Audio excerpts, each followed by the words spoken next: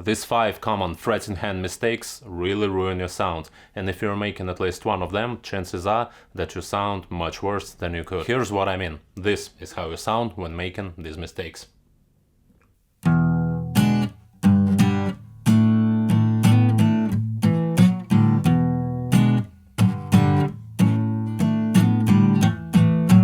And this is how you should sound.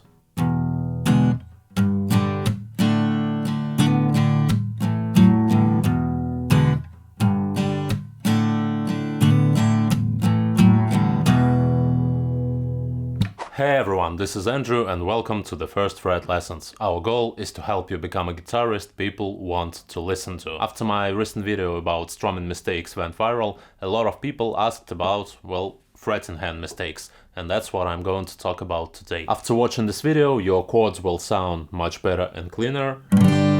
Like this, you'll get rid of sounds like this. Your fretting hands won't get tired as fast as it did before, and you'll sound more, dare I say, professional overall. Once again, I didn't just come up with these mistakes myself. I'm seeing them all the time with the beginner students. And fourth and fifth one, well, they are not as common, they are not so obvious, but they really impact your overall sound. So stick around to find out what these are. If this is your first time watching us, be sure to subscribe, we'll really appreciate it. And if you want to get 5 really useful lessons which are not available on YouTube, be sure to check the link in the description. And don't worry, they are totally free. And without further ado, let's go. Okay, mistake number 1, it makes you sound like this. You get this sound when playing chords or notes, whatever. And it has to do with where do you actually fret your string. For example, I'm trying to play D note, 3rd fret on my B string. What you shouldn't do is put your finger in the middle of the fret. And as closer as you get to the 2nd fret, the worse your sound gets. So if you're playing the D note, you should play it closer to D sharp, to the 4th fret. This is where you get good balanced sound from. If you move it over here, this is what you get. A lot of people know about it, but when they start playing, once they get carried away, they tend to forget. And it's alright at first, but then as they switch chords, they're starting to get sound like this. So never forget about it. It's really important and there are no two ways about it. Put your finger closer to the fret. Here, not here. Of course, there are some chord shapes where you cannot perfectly do it. For example, A minor bar chord. You can't put these 2 fingers like close to a fret, but still, at least it's in the middle, but not here. Not like this. And yeah, when you're playing bar chords, keep close attention to where your index finger is.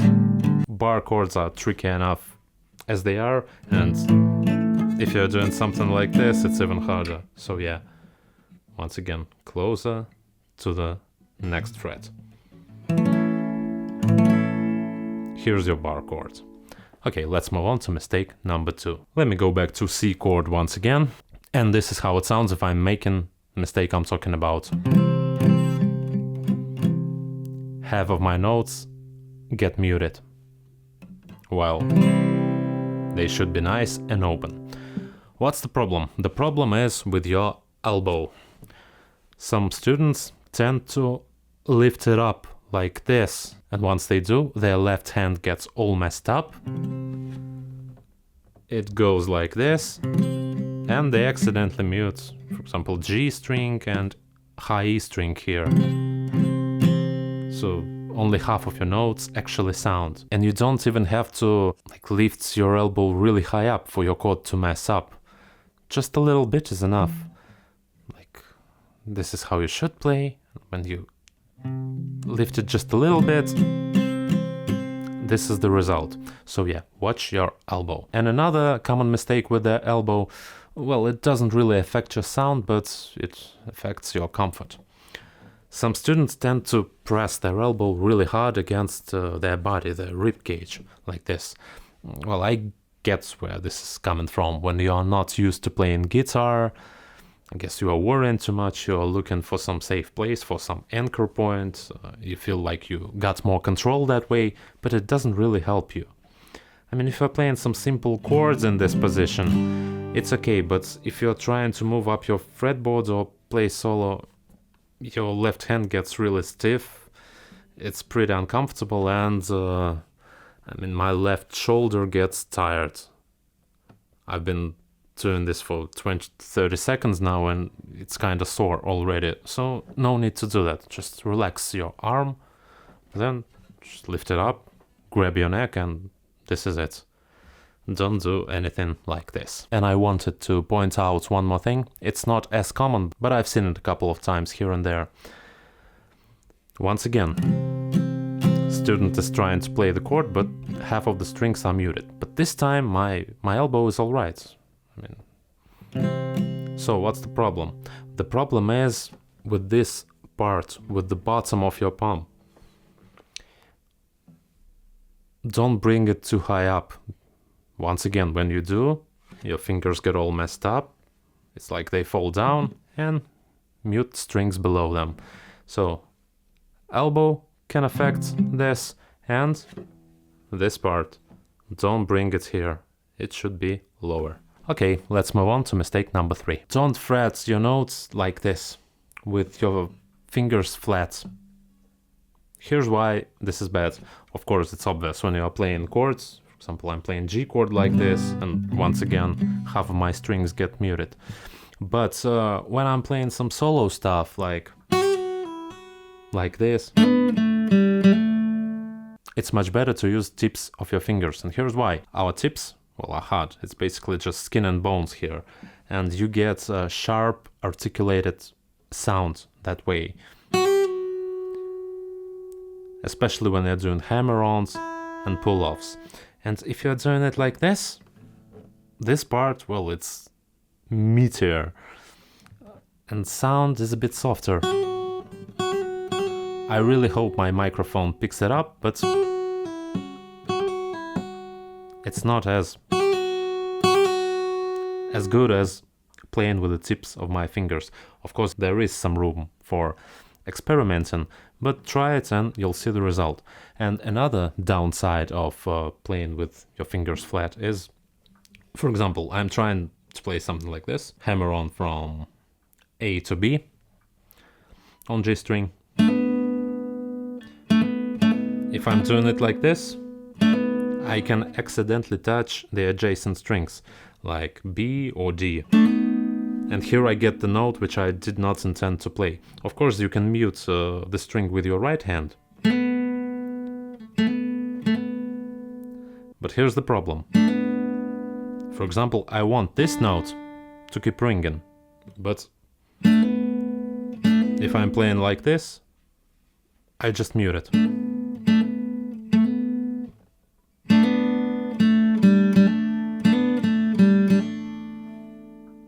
That's why you should do stuff like this with the tips of your fingers. I don't know, perhaps for somebody it can work like this, they can find some workarounds, but in my opinion, downsides are obvious. You can mute the strings which you did not intend to mute, and you can actually hit the notes which you did not intend to hit, and your overall sound is just worse. Versus... You get what I mean. Okay, mistake number 4. It's a little more complicated. I'm going to use D chord as an example, and you're probably familiar with D sus4, D sus2, or some bluesy shuffle stuff. Stuff like this. So, I'm going to jam a little bit. It's gonna sound okay, but something will be a little bit off. Try to spot it.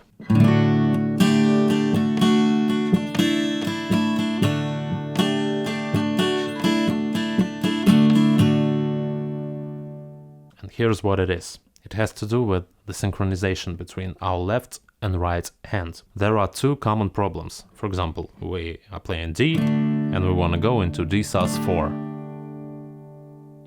First problem is when you fret this note just slightly 1 millisecond before you hit your chords with your right hand, and you get this unintentional hammer-on, like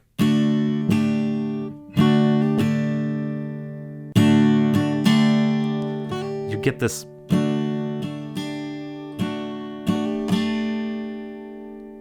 of course you can do hammer-ons here, but when they are intentional,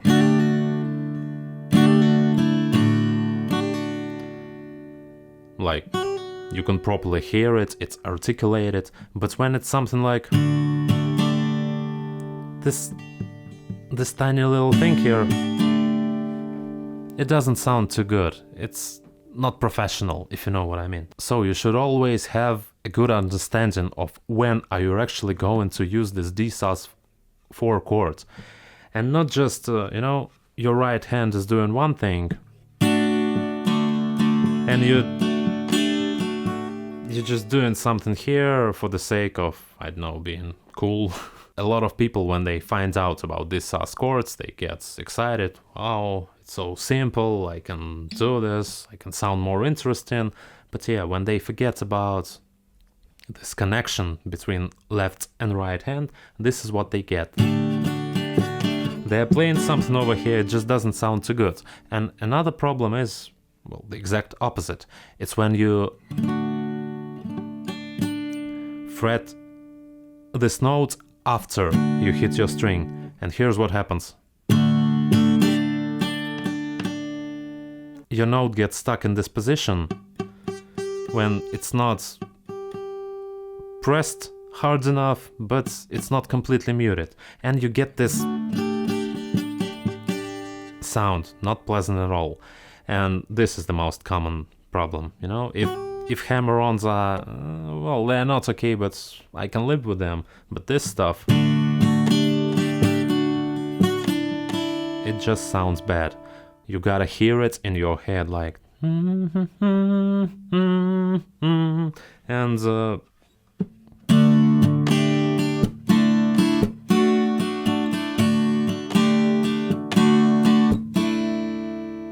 this is how it should sound, not like.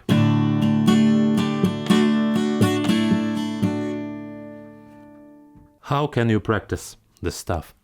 You know, just turn on metronome, put on drum track, or use your foot and just count to 1, 2, 3, 4 and do it like this.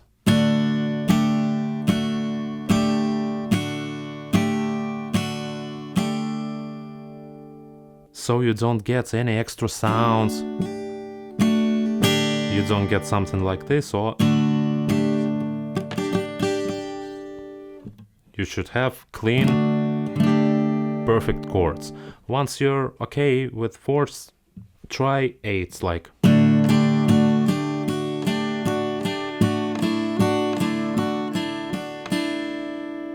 And so on and so forth. So yeah, your left hand should always be in sync with your right hand. And before we move on to mistake number 5, if you're enjoying this lesson, be sure to subscribe. This will help us a lot. And yeah, don't forget about 5 free lessons. They're waiting for you in the description. And okay, mistake number 5. Really common one. Even pros are guilty of it. Even I am guilty of it sometimes. Here's what it is. For example, you have some song with a lot of bar chords. Something like this.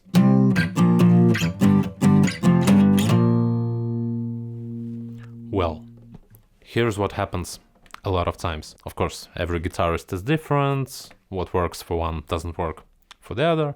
But for most of the people, what works is, you know, playing bar chords like this with your thumb being opposite of your middle finger on the neck, like this. Once again, there is some room for experimenting, but you don't play bar chords like this or whatever.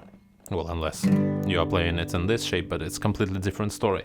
So, for example, we start playing here and everything is alright, but once we move up the fret, our thumb just gets behind the rest of our fingers. So F chord is okay, G chord is more or less okay, but once we get here, it gets like this. And what happens when it gets like this? Well, you lose control, you lose your grip here, so it may be harder for you to play bar chords. You may not have enough pressure here. I mean, you don't have to press too hard with your thumb, but it still helps a lot with bar chords, at least for me. I don't know, for some of you maybe you don't even need the thumb at all and you sound perfectly fine without it. And the worst thing, left hand gets tired really fast when you play that way. When your fingers are here, your thumb is here, and you do it like this. I mean, I've been doing this for 1 minute and my thumb kinda hurts already. So keep a close attention when you got songs like this. Some power chord songs when you move around the frets. Don't let it get behind. Okay, now once you know everything about your fretting hand, if you wanna greatly improve your strumming, check this video. And if you're using tabs a lot, make sure that you don't make one of these mistakes. I'm sure both of these videos will be really useful for you. And alright, thanks a lot for watching. See you next time. Bye bye.